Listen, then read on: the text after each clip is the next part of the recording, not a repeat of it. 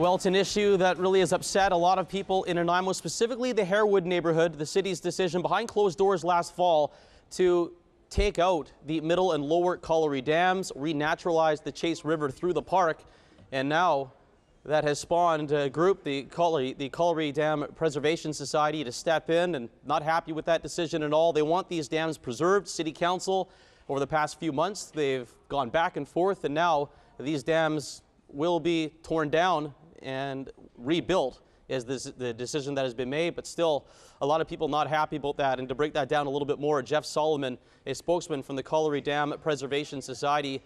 Jeff, from your vantage point, just talk a little bit about the background on what these middle and lower Colliery dams, these small lakes in Harewood, mean to people, and why there's such a strong push to preserve these two lakes.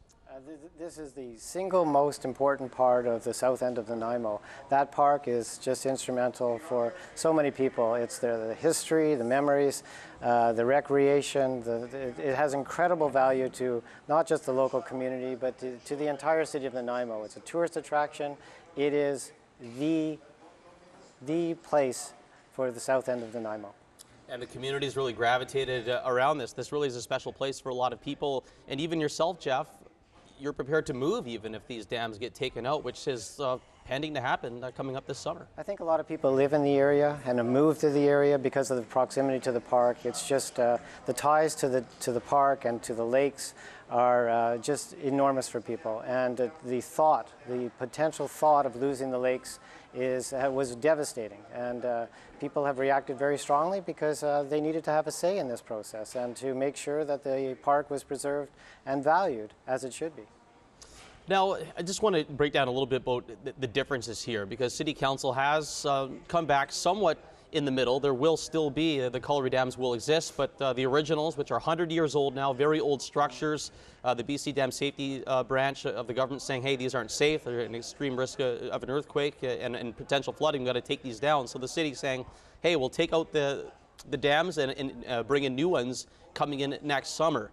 Is that not something that appeases the Preservation Society? Is that just not good enough? Where exactly do you guys stand on that side of things? Well, that plan was put forward by 5 of the council members at the very, very last minute in terms of taking out the dams this summer, one fell swoop, removing them, and potentially replacing them next summer.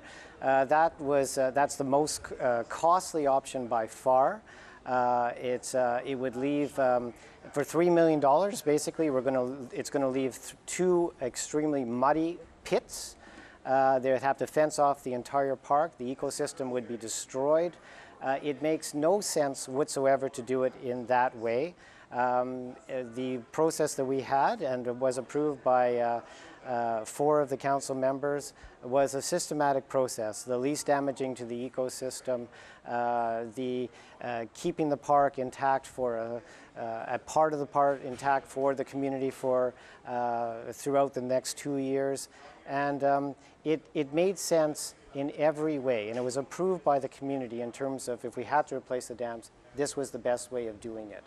What we'd have now is the fenced off entire park with nobody allowed into the park because of danger, potential of fouling the entire Chase River and ruining the salmon run.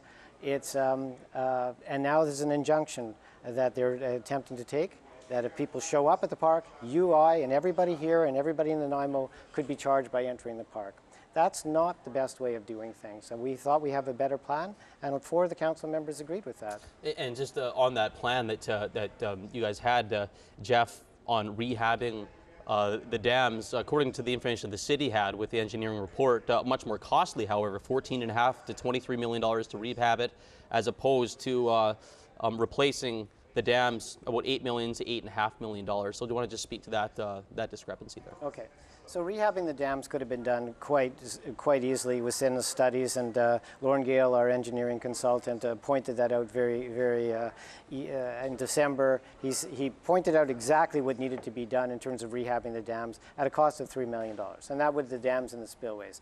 The classification of the dams, again, wasn't accepted, so it had to be done in a different way. So this new study came out and said, okay, the best way of doing this, the most cost-efficient way, was $8.6 million. We have a contractor now stating absolutely that this could be done for $8.6 million. The city was objecting to that, wasn't sure that it could be done for that price. The contractor said this is a bonded contract. It would be done exactly as we had stated for $8.6 million. The risk factor could be dealt with at this period of time. The water could be brought down to any acceptable level that the Dam Safety Branch wishes to have for the duration until the dams could be replaced. That's on record, and that's what we were shooting for. And a big difference between the city's stance and also you and your group stance, Jeff, we were talking off air about this a little bit, is you know, some people from the outside may say, well, you're getting your dams back, what are you really complaining about? That's where the city's moving in that direction, but it's the environmental impacts of this big shift. Do you want to expand a little bit more on that? Well, there's no approvals in place, there's no permits in place. We don't know if the dams will be accepted. You can see right now, you know, they have not taken those steps even to inform the First Nations, and that's what you're hearing now with Nanaimo, that they're taking some objections to this process because of the possibility of affecting the river. Now, if they haven't done that, and they haven't taken those steps, how will we know that the permits and approvals will be in place? Plus, the cost difference would be absolutely dramatic. We are now going to be paying the city of Nanaimo, if they do what they say they do, $3 million to rip out the dams this summer, fence it, for the entire park to be fenced off, and that $3 million will attempt to control the sludge from going down the river and fouling the river. That's what we get for the $3 million. For $8.6 million done in a sequential way, we get new dams with approvals in place, and it's bonded, guaranteed. There's a big, big difference between their plan and ours. There's certainly a bit of a communication rift, it seems, within the city of Nanaimo and residents. A couple of years ago, it was the low barrier social housing issue, where there was, you know, all over Nanaimo, there were issues on just not a lot of clear information coming to the people. And now there's this issue. Do you think there is a lack of trust between what's going on at Nanaimo City Hall, Council, and that linkage between communicating with the public?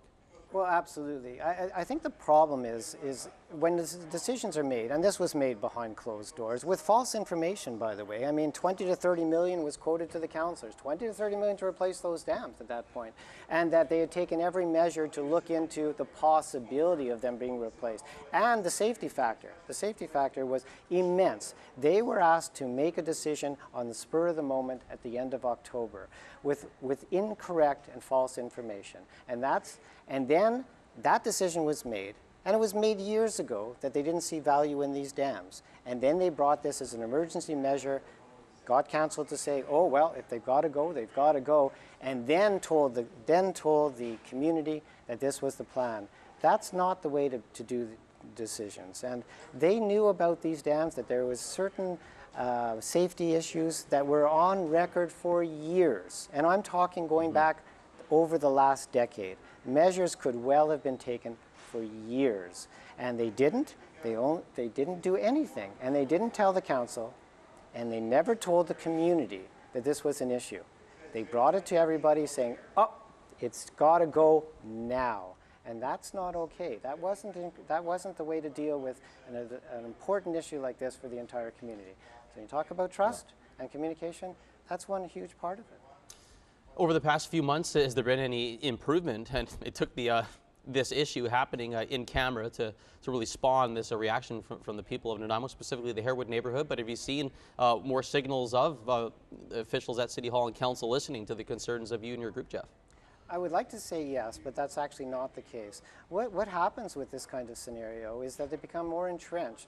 There was, if you ask the people that are involved, they would always come back to the same thing. It's safety, and we can't do this and this. We have never heard one word of support from any of the city staff with regards to the value of the dams. We thought that perhaps that so many people would have come forward and said, there are many, many values to keeping the lakes. It's a crucial issue for the community. We cannot lose this.